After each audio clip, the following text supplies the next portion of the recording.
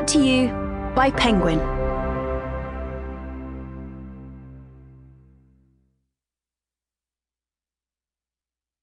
Allergic. How Our Immune System Reacts to a Changing World. By Theresa MacPhail. Read by Jaime Lamchick. Prologue. Everything that irritates us. On August 25th, 1996, my dad was cruising down Main Street in our small New Hampshire town in the respectable, boxy four-door sedan that he used to make sales calls during the week. He and his longtime girlfriend, Patricia, were headed out to the beach to enjoy the day surfside.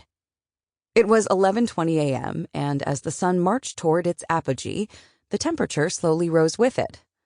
The car's windows were rolled down, which was typical for my dad. He was an enthusiastic smoker of Marlboro Lights who also eschewed the use of air conditioning unless it was blisteringly hot. We were New Englanders, after all, and expected to tough out all but the most miserable of weather.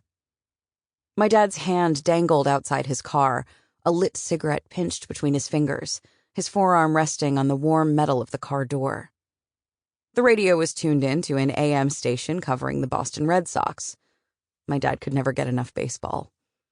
He dialed into seemingly every game, and if one wasn't being played, then he liked to listen to analysis of past matchups and predictions about future ones. As a teenager who was more into reading Dickens and obsessing over Duran Duran, I found his enthusiasm for sports exasperating, especially his addiction to sports radio. As a rule, I would sit in the back seat, trying to concentrate on reading, my eye rolls partially hidden behind a thick paperback book. Sometimes, just to annoy him, I would root for the opposing team until he threatened to pull the car over and let his only child walk home. But in 1996, I was 24 years old. That Sunday in August, I wasn't in the car with my father. I heard about what happened from 3 sources: the state police, who informed me as next of kin that he was dead; a local funeral director I phoned to see where my father had been taken, who remembered his colleagues discussing the unusual condition of his body; and, 25 years later, Patricia, during our first conversation since my father's wake. Yet my dad was such a creature of habit that I have no trouble picturing the events as they likely unfolded. If I close my eyes, I can see him sitting in his car, a styrofoam cup of hot coffee wedged into the cup holder, his hand loosely resting on top of the wheel. Growing up, I had a strained relationship with my father.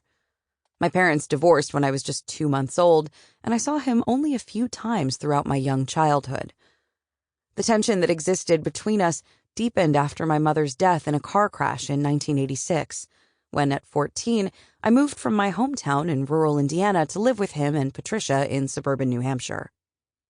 My dad and I were what I euphemistically liked to call estranged whenever I tried to explain our familial situation to new acquaintances or friends. I had a father, and I loved him. I just never spoke to him.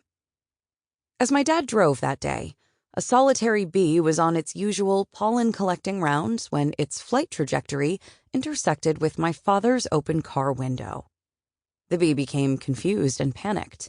It stung my dad in the side of his neck, close to his ear. My dad, surprised but still calm, continued to drive. What happened next was not visible to the naked eye. Events shifted to the microscopic level, inside my father's body. Biology took over. The bee's stinger introduced its venom, a mixture of water, histamine, pheromones, enzymes, and various amino acids or proteins, underneath the thin layer of skin into the fatty tissue of my father's neck. Packed tight with blood vessels, the neck is a great circulatory site, so the venom had a unique opportunity to spread rapidly throughout my dad's body. Some of my father's immune cells, his mast cells and basophils, swiftly detected certain of the venom's components. White blood cells like mast cells and basophils are produced in our bone marrow and circulate throughout the human body, helping to fight off infection or disease by ingesting foreign or harmful materials like viruses, bacteria, and cancer cells. Mast cells can be found in the connective tissues under our skin, lining our Sample complete. Ready to continue?